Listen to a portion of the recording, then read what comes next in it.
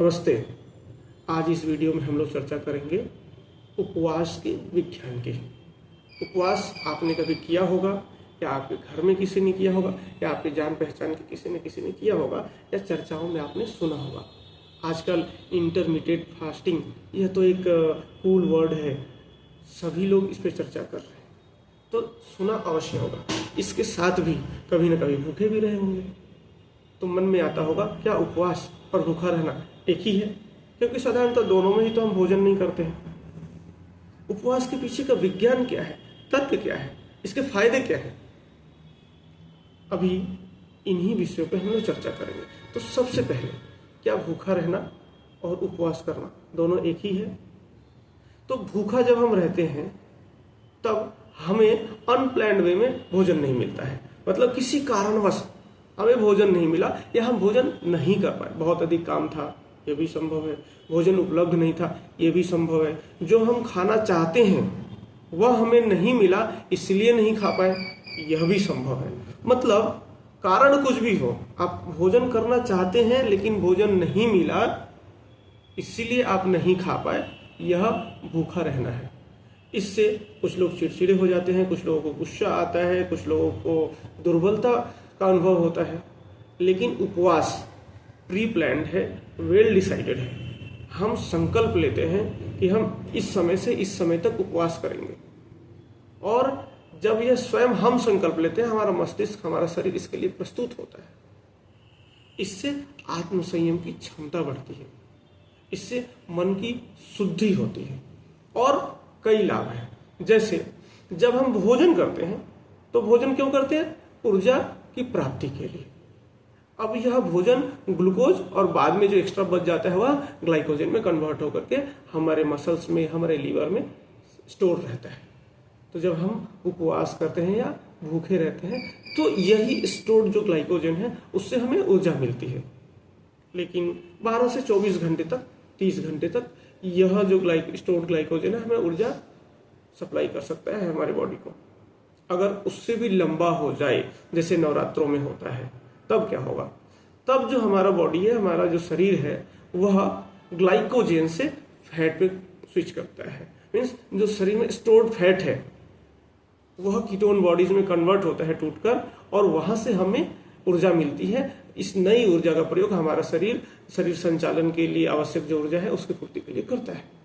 तो जो sugar mode है, उससे जब हम फैट मोड में जाते हैं, जो स्विच करते हैं, इसको आधुनिक विज्ञान की भाषा में मेटाबॉलिक स्विच कहते हैं। तो ये जो फैट बर्निंग के माध्यम से, स्टोर्ड फैट की बर्निंग के माध्यम से जो हमें एनर्जी मिलती है, इस प्रक्रिया में भी जो डैमेज प्रोटीन है, जो डैमेज सेल्स हैं, वह उनकी सफाई हो जाती है, कोशिकाओं की सफाई होती है, और यह प्रक्रिया ऑटोफेजी कहलाती है। इससे क्या है, कैंसर जैसी जटिल बीमारी होने की संभावना कम हो जाती है। और इस ऑटोफेजी के शोध के लिए ही हमारे जापान के एक वैज्ञानिक को 2016 में नोबेल पुरस्कार मिला था। मतलब जो उपवास का विज्ञान है उसको वर्तमान का जो वैज्ञानिक दृष्टिकोण है और इसको प्रमाणित करने की सबसे बड़ी जो संस्था है, जिसके पुरस्कार से हम ये समझते हैं कि यह पुरस्कार वर्थफुल है, नोबेल संस्था, वह भी इस बात को मानती है कि उपवास मतलब कुछ समय तक भोजन नहीं लेने की जो प्रक्रिया है वह शरीर के लिए बहुत ही लाभदायक है। यहाँ दो चीजें हैं, एक जो सेलुलर लेवल है उस लेवल पे सफाई होती है। दूसरा, जो हमारे इंटेस्टाइन है, जब हम खाते हैं तो कुछ चीजें तो बाहर निकल जाती हैं नियमित, कुछ उसी में रह जाती हैं, तो उसकी भी सफाई का जो ऑप्शंस है, अपॉर्चुनिटी है, हमें उपवास के समय मिलता है। इसलिए जो हमारी नालियां हैं वह भी साफ होती हैं, कोशिकाओं के लेवल पर भी सफाई होती है, और इससे हमारा शरीर हल्का होता है, फैट बर्न होता है, लिपिड प्रोफाइल बेटर होता है। जिनको ब्लड शुगर है उनको तो बहुत फायदा होता है। इसीलिए हमारे ऋषि मुनियों ने इन चीज़ों को अपने जीवन में अनुभव किया होगा। यह जैसे आज के वैज्ञानिक एक्सपेरिमेंट करते हैं और फिर कुछ बोलते हैं, वैसे जो ऋषि होते थे वह क्या है, वो एक वैज्ञानिक है, वो वैज्ञानिक थे। ऋषि, महर्षि, ब्रह्मर्षि, यह अलग अलग सोपान है, उनकी अपनी साधना का जो स्तर है, इसके आधार पर हम किसी को ऋषि कहते हैं, किसी को महर्षि कहते हैं, किसी को ब्रह्मर्षि कहते हैं। तो उन्होंने स्वयं जो अनुभूत किया वही समाज को बताने के लिए, और समाज यह पालन करे इसके लिए इसको धर्माचरण से जोड़ दिया। क्यों? समाज की धर्म के प्रति एक आस्था होती है। इसीलिए नवरात्रों में क्या है, 9 दिन का समय रहता है, तो कुछ लोग 9 दिनों तक उपवास करते हैं। एकादशी महीने में 2 आती है, कृष्ण पक्ष और शुक्ल पक्ष को, तो कुछ लोग 2 दिन उपवास करते हैं, कुछ लोग 1 दिन उपवास करते हैं। तो इसलिए उपवास के जितने भी ऑप्शंस हमारे पास अवेलेबल है धार्मिक रूप से उनको उनके साथ में जोड़ दिया हमारे ऋषियों ने, हमारे पूर्वजों ने, ताकि हम लोग उपवास करें और यह जितने भी लाभ हैं वह हमें स्वाभाविक रूप से मिले। क्यों? सामान्य व्यक्ति को अगर आप बहुत अधिक विज्ञान की पेचीदगियों को समझाने जाए तो वह नहीं समझेगा या नहीं समझना चाहेगा। अब सेलुलर लेवल पे क्या हो रहा है कि सामान्य व्यक्ति को समझाने जाएंगे तो शायद वह ना समझे या ना समझना चाहे, स्कोप के बाहर की बात है।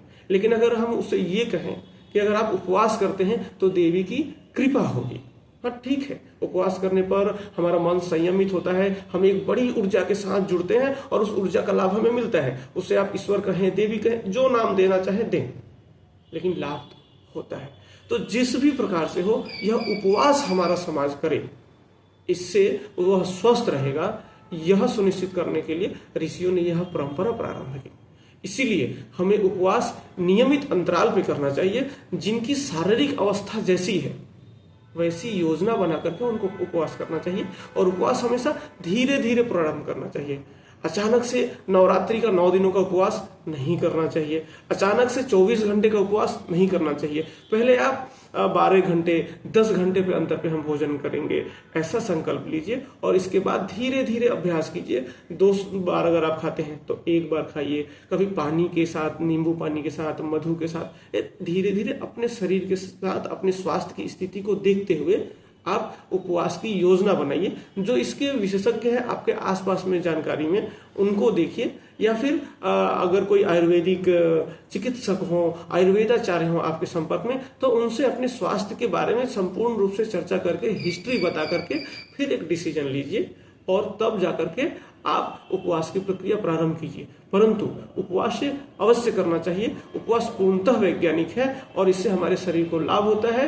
कैंसर जैसी बीमारियों से बचने का चांस हमें मिलता है, हमारा लिपिड प्रोफाइल ठीक होता है, ब्लड शुगर वाले को तो बहुत ही लाभ होता है। तो आप सभी का संकल्प पूर्ण हो, आप सभी उपवास की ओर प्रवृत्त हो, इस मंगल कामना के साथ नमस्ते।